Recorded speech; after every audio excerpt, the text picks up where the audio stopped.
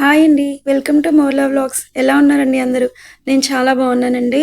నేను ఈరోజు మీకు చపాతీలోకి, పుల్కాలోకి, బిర్యానీలోకి దేనిలో అయినా ఎక్సలెంట్‌గా ఉండే కాంబినేషన్ రెసిపీ ఒకటి చూపిద్దాం అనుకుంటున్నాను.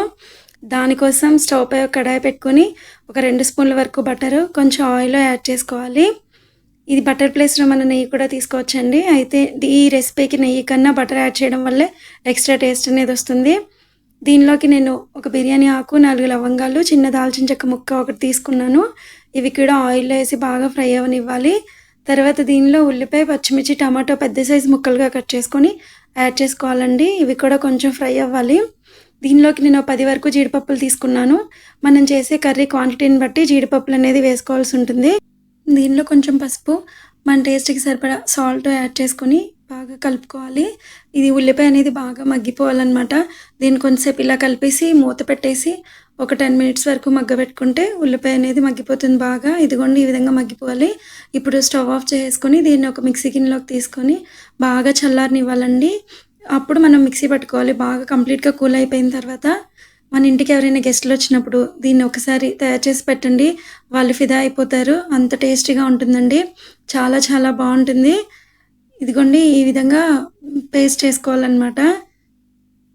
ఇలా థిక్‌గా ఉండాలి. నెక్స్ట్ అదే కడాయిలో కొంచెం ఆయిల్ పోసుకొని వేడి చేసుకోవాలి.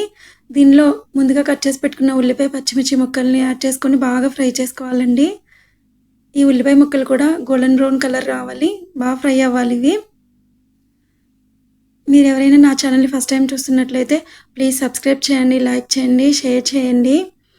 ఈ ఉల్లిపాయ కూడా కొంతసేపు మగ్గనిచ్చిన తర్వాత ఇప్పుడు మనం ముందుగా ప్రిపేర్ చేసుకున్న పేస్ట్‌ని దీనిలో యాడ్ చేసుకోవాలి.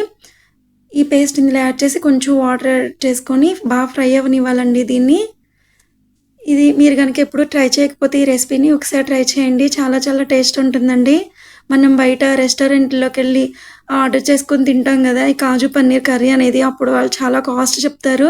అంత కాస్ట్ పెట్టి మనం బయట తినే కన్నా మనమే ఇంట్లో తయారు చేసుకుంటే చాలా హెల్తీగా, హైజీనిక్‌గా కూడా ఉంటుంది. టేస్ట్ కూడా చాలా బావుంటుందండి. దీనిలో మళ్ళీ కొంచెం పసుపు, రుచికి సరిపడా సాల్ట్, కొంచెం కారం యాడ్ చేసుకున్నాను. దీన్ని కూడా బాగా ఫ్రై అవ్వనివ్వాలి. తర్వాత దీనిలో కూడా కొన్ని వాటర్ పోసుకొని బాగా చిక్కగా ఉడికిపోవాలనమాట. ఈ విధంగా ఉడికిన తర్వాత నేను ముందుగా పన్నీర్‌ని చిన్న చిన్న ముక్కలుగా కట్ చేసి పక్కన పెట్టుకున్నాను. ఆ పన్నీర్ పీసెస్‌ని కూడా ఈ గ్రేవీలో యాడ్ చేసుకోవాలి. నేను ఒక ప్యాకెట్ వరకు పన్నీర్ తీసుకున్నానండి. మన ఈ పన్నీర్ ఇంట్లోనే ఈజీగా తయారు చేసుకోవచ్చు. అది కూడా ఈసారి నేను మన ఛానల్‌లో పోస్ట్ చేస్తాను.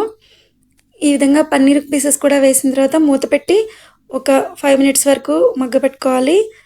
నెక్స్ట్ ఇదిగోండి ఆల్మోస్ట్ కర్రీ అయితే రెడీ అయిపోయినట్టేను. ఇలా చిక్కగా దగ్గరగా వచ్చేసేయాలి. ఈ దగ్గరగా వచ్చిన గ్రేవీలో మనం ముందుగా కొన్ని జీడిపప్పులను ఫ్రై చేసి పక్కన ఉంచుకోవాలనమాట. వాటిని మనం ఇప్పుడు లాస్ట్‌లో యాడ్ చేసుకోవాలి. ఈ జీడిపప్పుని కర్రీ ఉడికేటప్పుడు మధ్యలో యాడ్ చేయకూడదండి. దానివల్ల జీడిపప్పు అనేది మెత్తగా అయిపోతుంది. ఇలా ఫైనల్‌లో యాడ్ చేసుకోవడం వల్ల క్రిస్పీగా అనిపిస్తాయన్నమాట. పప్పులు తినేటప్పుడు చాలా టేస్ట్ ఉంటాయి.